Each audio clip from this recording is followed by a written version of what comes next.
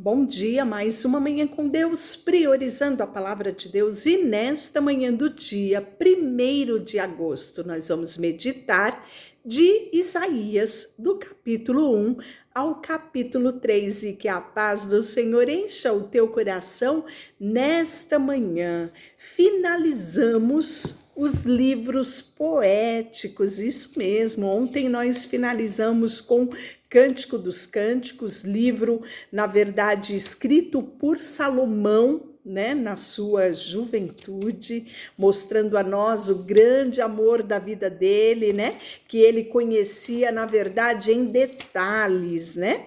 E nós vamos ver que finaliza, então, a sequência de livros poéticos. Livros poéticos são Jó, Salmo, Provérbios, Eclesiastes e Cântares de Salomão. E agora nós vamos iniciar a sequência dos profetas maiores, iniciando no livro de Isaías, né? Os profetas maiores não é porque eles tinham um grau de importância ou eram mais estudados, não. É pela quantidade de profecias relatada por eles, né? Então nós vamos ver profetas maiores, são os livros maiores, né? Profeta Isaías aqui, Jeremias, nós vamos ver os profetas menores logo em seguida, que são profetas Oséias, Naum, Abacuque, né? Que escreveram uma quantidade menor de profecias. Então, profeta Isaías, o nome Isaías significa o Senhor salva, né? E ele era filho de Amós. E ele vai profetizar.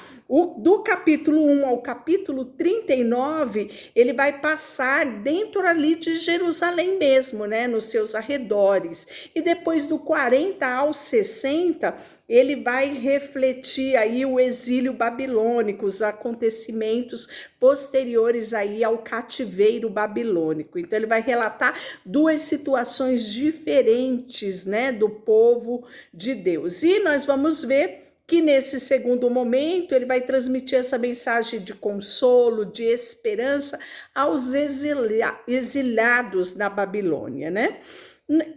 Ele vai escrever. Ele vai ser conselheiro também, né? Isaías, ele vinha de uma linhagem nobre, e aí nós vamos ver que ele vai estar presente no reinado de Judá. Em especial ali, ele vai começar no reinado de Uzias, né? Depois Jotão, Acais, Ezequias, né? E ele não só ele vai profetizar, mas ele vai ser também conselheiro desses reis. Então, vamos iniciar, né, a nossa trajetória agora pelo livro de Isaías, que é bem extenso, né?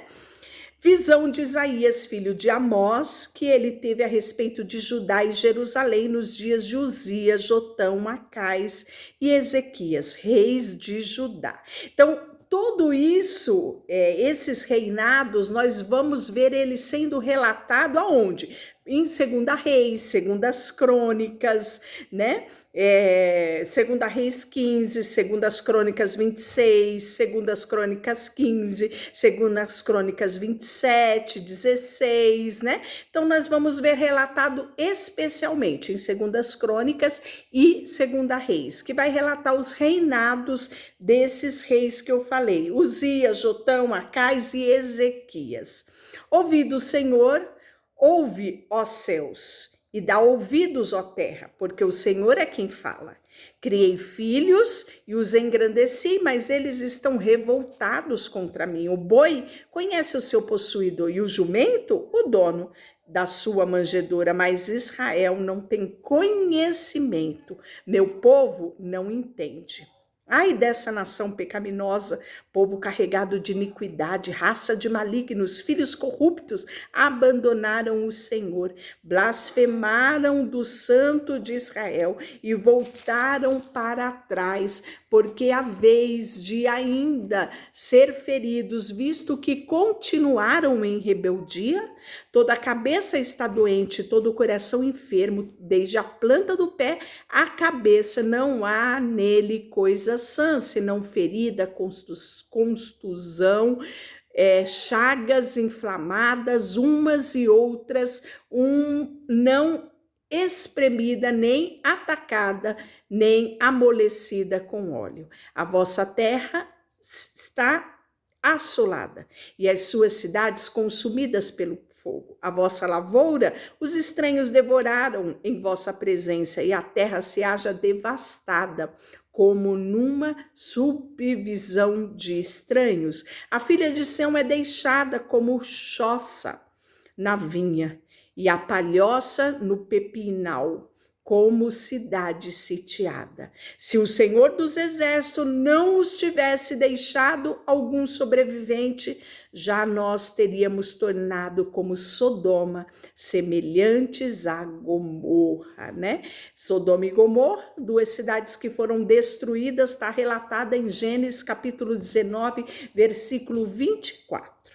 Então, condenado, oculto, hipócrita, ouvi a palavra do Senhor, vós príncipes de Sodoma, e prestai ouvidos à lei do vosso Deus, vós povos de Gomorra.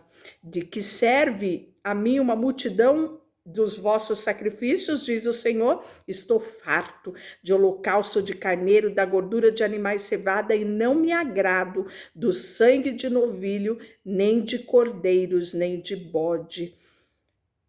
Quando vindes para comparecer perante a mim, quem vos requereu só pisardes os meus átrios?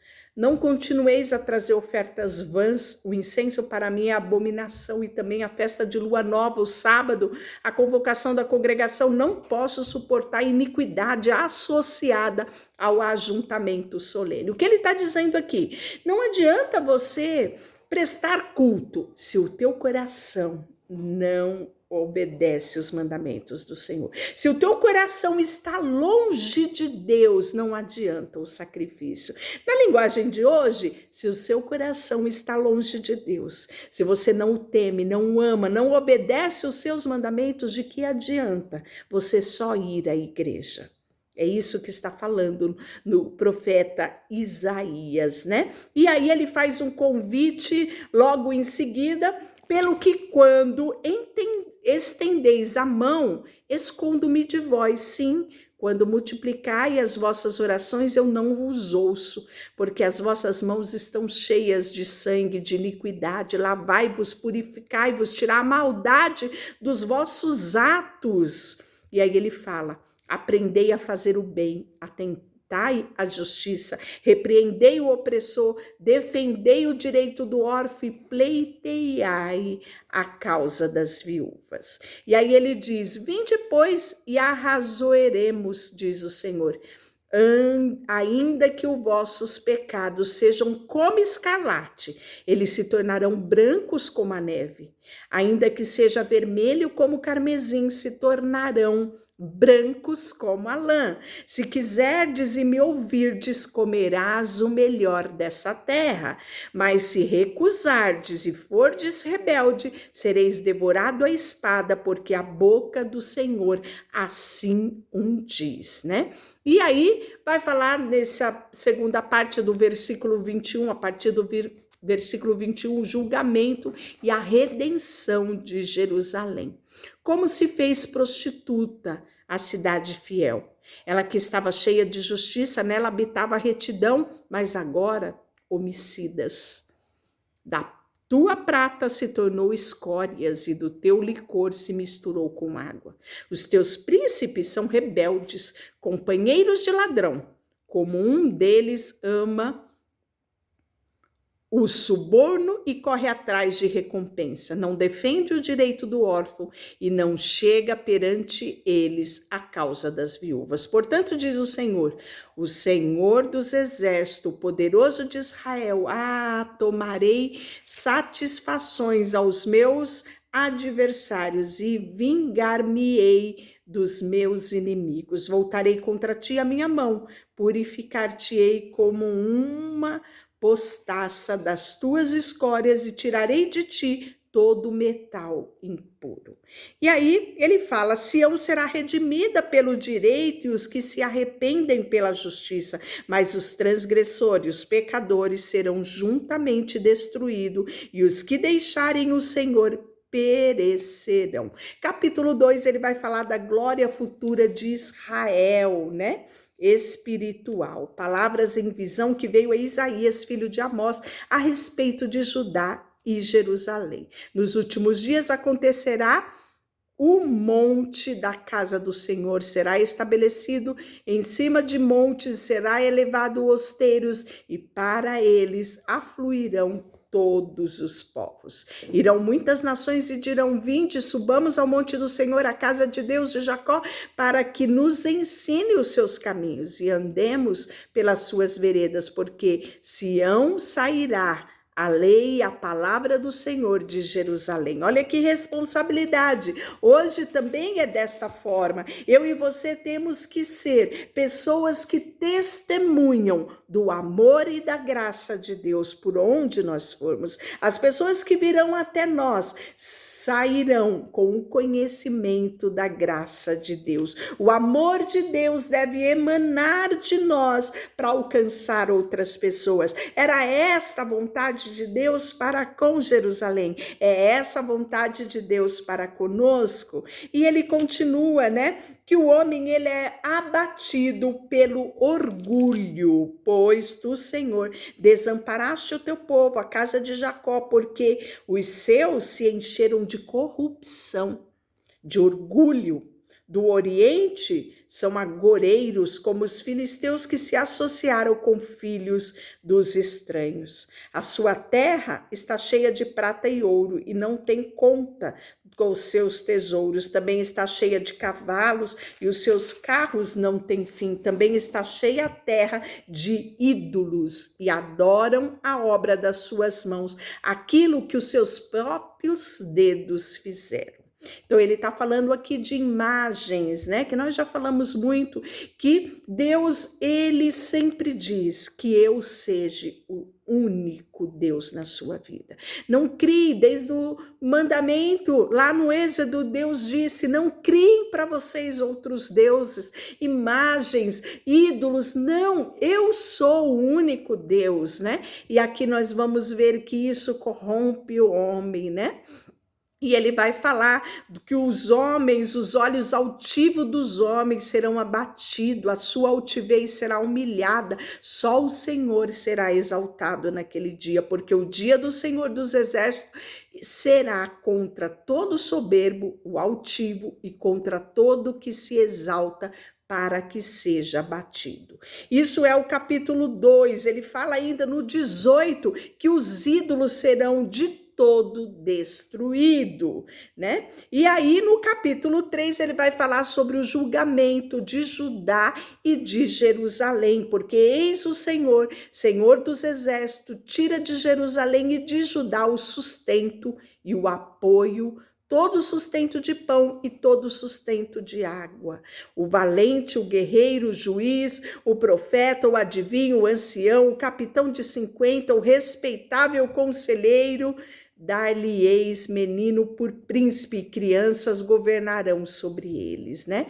Entre o povo oprime uns aos outros, cada um ao seu próximo. O menino se atreverá contra o ancião e o vil contra o nobre. Ou seja, quando ele fala aqui de criança, de menino, ele não está falando de meninos e crianças de idade, mas de imaturidade, homens como meninos que não têm controle, não têm maturidade, né? Que são levados pelos próprios pensamentos, não buscam em Deus sabedoria para governar o povo, né? E aí ele fala: porque Jerusalém está arruinada e Judá caída, porquanto sua língua, suas obras são contra o Senhor, para desafiarem sua gloriosa presença.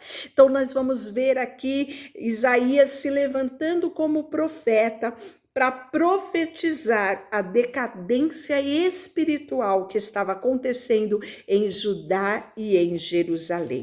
Da mesma forma, Deus quer levantar homens e mulheres, né, que proclamem que é chegado o reino de Deus, né? Que chegou-se o tempo do arrependimento e aqui para nós é um alerta, né? De que nós vemos que por Judá e Jerusalém não se arrependerem, eles foram levados ao cativeiro babilônico. Deixa eu orar por você, Senhor, nesta manhã. Colocamos diante de Ti o nosso coração, a nossa vida, tudo que somos. Queremos todos os dias estar com os nossos olhos atentos à Tua palavra e com o coração contrito e quebrantado, sermos obedientes aos Teus mandamentos. Colocamos diante de Ti tudo que temos e tudo que somos. Em nome de Jesus, amém. Deus te abençoe.